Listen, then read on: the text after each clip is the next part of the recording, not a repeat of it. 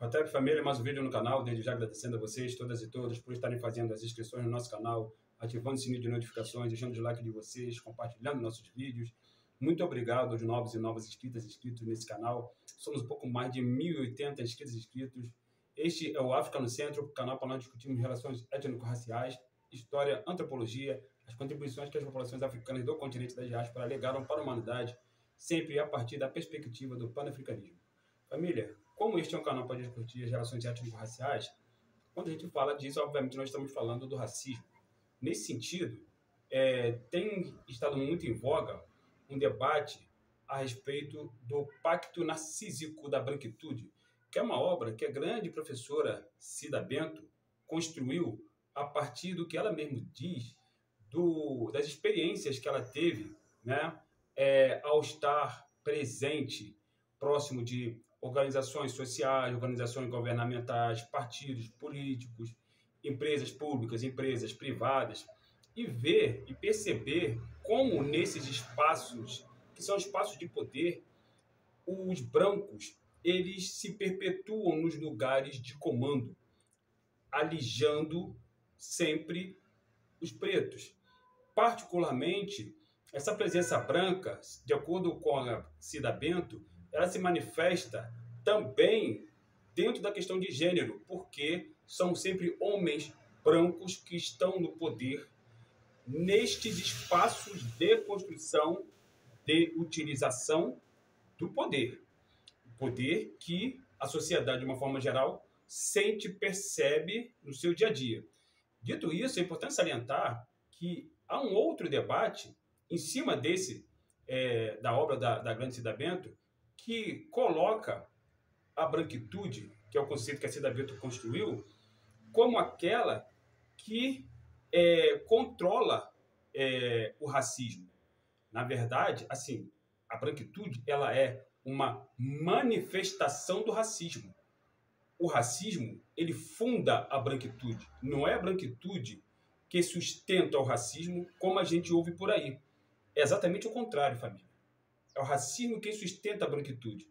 Até porque, se você só tem brancos em lugares de poder, pode ver, partidos políticos de direita e de esquerda, os brancos estão no poder, né? Escolas públicas ou privadas, os diretores de escola ou diretoras de escolas públicas, geralmente são pessoas brancas. Diretores ou donos de escolas privadas, majoritariamente, ou se não todos, brancos, né? Então, você tem também aqueles que dirigem, né, as universidades públicas. E você tem pessoas brancas nestes lugares dirigindo as universidades públicas, os reitores, as reitoras. Então, são lugares de construção do conhecimento, são lugares de construção do saber. E são lugares de influência política, fundamentalmente. Não por acaso, nestes lugares, por exemplo, de construção do conhecimento que nós temos no Brasil, está ali fortemente presente ali o quê? O eurocentrismo. Inclusive, até em pré-vestibulares comunitários que funcionam dentro de morros e favelas, está presente ali a branquitude. De que forma? A partir da manifestação do eurocentrismo, colocando sempre a Europa como centro do mundo. Muita gente da esquerda faz isso, ainda dentro de pré-vestibulares comunitários, e colocando a África e outras regiões do planeta na periferia do mundo, historicamente, como se o mundo tivesse nascido na Europa. Gente de esquerda, professores e professoras de pré-vestibulares comunitários, brancos, fazem isso. E pretos colonizados acabam reproduzindo este pacto narcísico da branquitude. Por quê? Por que esses pretos fazem isso? Porque estão colonizados pelo pacto narcísico da branquitude. Então, esse pacto narcísico, ele nada mais é que a manifestação estrutural do racismo. Quando eu falo manifestação estrutural do racismo, estamos falando exatamente dessas organizações. A Cida Bento ela vai dizer também que isso não é uma combinação que os brancos se organizam todo dia, às 5 da manhã, para defender os seus, para se organizarem, para protegerem seus lugares de poder e impedir que pretos tenham acesso a esses lugares. Não, os brancos não fazem isso. Isso é conscientemente ou até inconscientemente, eles fazem isso. E aí, família, quando a gente fala dessa consciência ou inconsciência que os brancos fazem isso, estamos falando desta obra aqui, do grande Carlos Moore, que é obra imprescindível para todas e todos que queiram conhecer as raízes históricas do racismo, lerem. Porque esta obra, ela vai na gênese do racismo. Ela fala que o racismo é uma consciência histórica. Se o racismo é uma consciência histórica, de acordo com Carlos Moore, fundado na antiguidade, mais de 1.500 anos antes da Era Comum, quando populações leucodérmicas, já falamos isso aqui diversas vezes antes, invadem regiões povoadas por populações pretas, essas populações leucodérmicas derrubam essas civilizações negras e aqueles sobreviventes são impedidos do acesso aos recursos. O que são recursos gerados por uma sociedade? A riqueza, o controle do poder, aquilo que Karl Heinrich Marx vai chamar de meio de produção. O que acontece é que para os brancos, a terra, a água são meios de produção.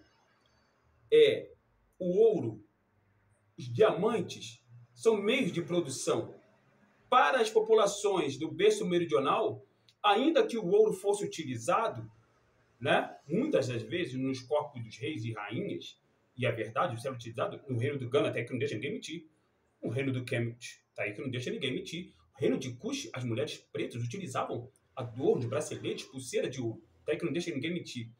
No entanto, o ouro não era entendido exatamente como meio, como recurso natural, como meio de produção, como controle da economia. Por quê? Porque não havia propriedade privada da terra nas sociedades africanas e a terra é onde está o ouro. É óbvio. Só um exemplo para a gente poder explicar aqui as visões contrastantes entre as populações africanas e as populações do berço meridional. Que havia diferença de castas nas sociedades africanas, a gente pode falar até disso aqui num outro momento. E vocês vão se surpreender com isso. E a gente vai explicar isso de uma maneira bem esmiuçada. O que acontece é que o mundo não viveu historicamente a experiência da luta de classes, como disse Karl Heinrich Marx. E aí, até esta visão que se propõe progressista, e não é, porque ela nasce na cabeça de um homem branco racista, branco, homem racista, ela é uma visão que acaba por sustentar a branquitude, uma vez que aquilo que se propõe ser antissistema, na verdade, ele está colaborando com o próprio sistema que é tal da branquitude. Lembrando, o racismo não é um sistema. O racismo é uma consciência histórica que se manifesta estruturalmente. Através de quê? Das instituições públicas, privadas que controlam os territórios mundo afora. O que acontece é que essas instituições públicas e privadas que controlam o território mundo afora, boa parte delas estão nas mãos de pessoas brancas, se não todas. FMI, Banco Interamericano de Desenvolvimento, as grandes empresas multinacionais, todos esses grandes conglomerados estão nas mãos de pessoas brancas. É disso que a Cida Bento está falando. É disso que Carlos Moore está falando na obra dele. Ou seja, o capitalismo, que é um sistema, uma ideologia nascida no berço setentrional entre os brancos, ele nasce ideologicamente, porque a xenofobia e a propriedade privada da terra que nasce neste lugar funda esta visão ideológica chamada capitalismo, que ajuda a alimentar a branquitude. No entanto, por trás disso está quem? O racismo, que é uma consciência histórica. E quando a gente fala que visões progressistas, pretensamente progressistas, também contribuem para a manutenção da branquitude, a gente pode fazer menção tranquilamente às palavras deste senhor aqui, Fidel Ruiz Castro. Porque ele mesmo, nesta obra aqui, que eu tenho na minha casa desde 2009, ele diz que o racismo continua a existir em Cuba, mesmo a Cuba pós-Revolução Socialista de 1959. O racismo que Carlos Moore já tinha denunciado a continuidade da existência da estrutura do racismo em Cuba. Não por acaso, Carlos Moore, preto, nascido em Cuba, africano de Cuba, não é? Ele foi exilado aos 21 anos exatamente por fazer essas denúncias. Denunciar a branquitude. Então, família, a gente não pode compreender equivocadamente os conceitos e como eles são trabalhados, porque, do contrário, a gente vai acabar andando em círculo e nunca vai combater de fato o racismo. É verdade que ser branco e branquitude são coisas diferentes? Lógico que sim, mas o privilégio branco, todos os brancos desfrutam. E este privilégio branco, que os brancos de hoje desfrutam, aliás, de há muito tempo desfrutam, foi construído historicamente pelos ancestrais, os antepassados destes brancos atuais, estejam eles onde estiverem. Não por acaso a gente estuda a história da Europa. Não por acaso a gente estuda a história da China, que também é branca, do Japão, que também são brancos, ainda que não sejam europeus, mas são brancos. Não por acaso a história do continente africano ela está sempre que negligenciada. Os autores pretos estão sempre negligenciados.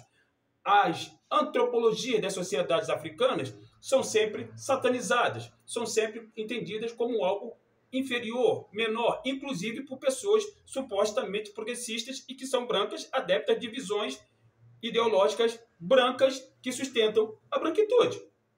Então, família, não há o que se enganar, né? Inclusive, a grande Sueli Carneiro, nesta obra aqui, ela está fazendo eco com a própria Cida Bento. Dispositivo de racialidade, ela está falando como que o racismo opera nos diferentes momentos da vida das populações. Como que o negro é visto como objeto de estudo pelo branco nas universidades públicas, onde está lá claramente, né, literalmente e claramente, a branquitude, que vai à favela, entra nos terreiros de Umbanda e Candomblé, não é isso? Vai para a periferia estudar pessoas pretas e suas manifestações culturais, antropológicas, e tratar aquilo como objeto, porque é isso que eles fazem, fundamentalmente. É isso que eles fazem, como objeto. Nós não somos objeto, nós somos sujeitos. Como disse a grande Macota Baldina, nós somos sujeitos da nossa história, nós somos sujeitos da nossa fala. A gente não pode mais, e nem devemos, temos que romper essa ideia de objeto, porque objeto, família, objeto é isso aqui. Isso aqui é objeto. Objeto, você pode quebrar, por exemplo, tá? Objeto é o que você pode quebrar, descartar. Nós não somos descartáveis. Embora o racismo e a branquitude, que é sustentada pelo racismo, nos vê como descartáveis, os matáveis, né? Aqueles que são dispensáveis. Não por acaso somos alijados do acesso aos recursos que nós, enquanto classe trabalhadora, majoritariamente, porque majoritariamente a classe trabalhadora é preta, né? Nós somos aqueles que produzem os recursos dessa sociedade e somos alijados do acesso aos recursos nessa sociedade. Não por acaso existem as ações afirmativas, que não por acaso nascem na Índia e depois têm lugar nos Estados Unidos da América e agora recentemente no Brasil. Por que as ações afirmativas nascem na Índia? Porque o racismo se viu lá primeiramente, historicamente, conforme explica Carlos Moore. Né? Por que nos Estados Unidos? Porque lá existe um racismo anglo-saxão, conforme explica Carlos Moore. E por que agora se manifesta aqui as ações afirmativas? Porque aqui temos um racismo ibérico, também como explica Carlos Moore. Então é preciso compreender, família, o fenômeno do racismo para depois a gente falar em branquitude. Eu estou falando tudo isso aqui, família, porque eu acabei de ver no Instagram umas pessoas conceituando de forma equivocada a branquitude e falando que a branquitude sustenta o racismo. Não é o contrário. Como eu acabei de falar, é o racismo quem sustenta, quem funda a branquitude. É o racismo quem permite que brancos tenham lugares de poder, acesso aos recursos, privilégios raciais. Só você olhar para os clubes de futebol. Brancos são majoritariamente os gerenciadores, os presidentes dos clubes de futebol. E quem está jogando bola, quem está correndo atrás da bola, quem está suando a camisa? Pretos. Quem serve o cafezinho lá nos clubes? Pretos. Quem? Majoritariamente. Quem trabalha como gari? Majoritariamente pretos. Quem trabalha na contenção de encostas nos morros? Majoritariamente pretos. Quem trabalha construindo a roupa que você usa, a comida que você come? Quem constrói as casas, os prédios? Os pretos. Majoritariamente, o que são majoritariamente a classe trabalhadora são. E como são aqueles que estão alijados do acesso aos recursos, eles não são sabotados. Nossos irmãos e irmãs, nós, africanos e africanos, somos sabotados sistematicamente por essa tal branquitude. E aí a gente não tem acesso aos recursos, que, por exemplo, nos daria a possibilidade de galgar postos de poder nas organizações políticas, organizações governamentais, nas grandes empresas, como a Cida Bento fala na obra dela, né? Que é uma obra muito, muito, muito boa, por sinal. Então, é preciso a gente não cair em armadilhas, família, tá? A questão é que nós temos no Brasil uma classe dirigente que é branca e nós não temos burgueses pretos, então nós temos uma guerra racial, já falamos aqui anteriormente outras vezes sobre isso, né? Nós temos uma classe trabalhadora majoritariamente preta, exatamente porque, conforme explica o grande Abdias do Nascimento na obra dele, o quilombismo é o racismo que determina a sua classe, que determina o seu lugar social. Por isso que os mendigos e mendigas são majoritariamente pretos. E aí, quando surge um mendigato, as pessoas entendem, porque o racismo é uma consciência histórica, que o lugar daquele homem branco não é ali na mendicância. Mas essas pessoas acreditam que o lugar dos pretos é na mendicância, porque o racismo é uma consciência histórica. Você naturaliza pretos sendo mortos pela polícia, sendo presos na mendicância. Você naturaliza pretos servindo cafezinho, limpando latrina, servindo ao branco, né? E mesmo essas empresas, como fala Cida Bento, que encampam o discurso de serem antirracistas, colocando um ou outro pretinho lá, como muitas emissoras de televisão que enganam muitos de vocês, né? Levando vocês a assistirem programinhas ridículos. Na verdade, no fundo, eles estão apenas mantendo seu lugar de privilégio intacto. Por quê? Porque são eles que controlam os recursos. Dada o recado, família, venham todos e todas fazer o meu curso online de História da África. Em breve vou estar disponibilizando um curso de letramento racial, também online, a partir da perspectiva do panafricanismo. Ele está quase pronto, provavelmente em janeiro ele vai estar na rua. Estamos juntos sempre. Rotep, África no Centro.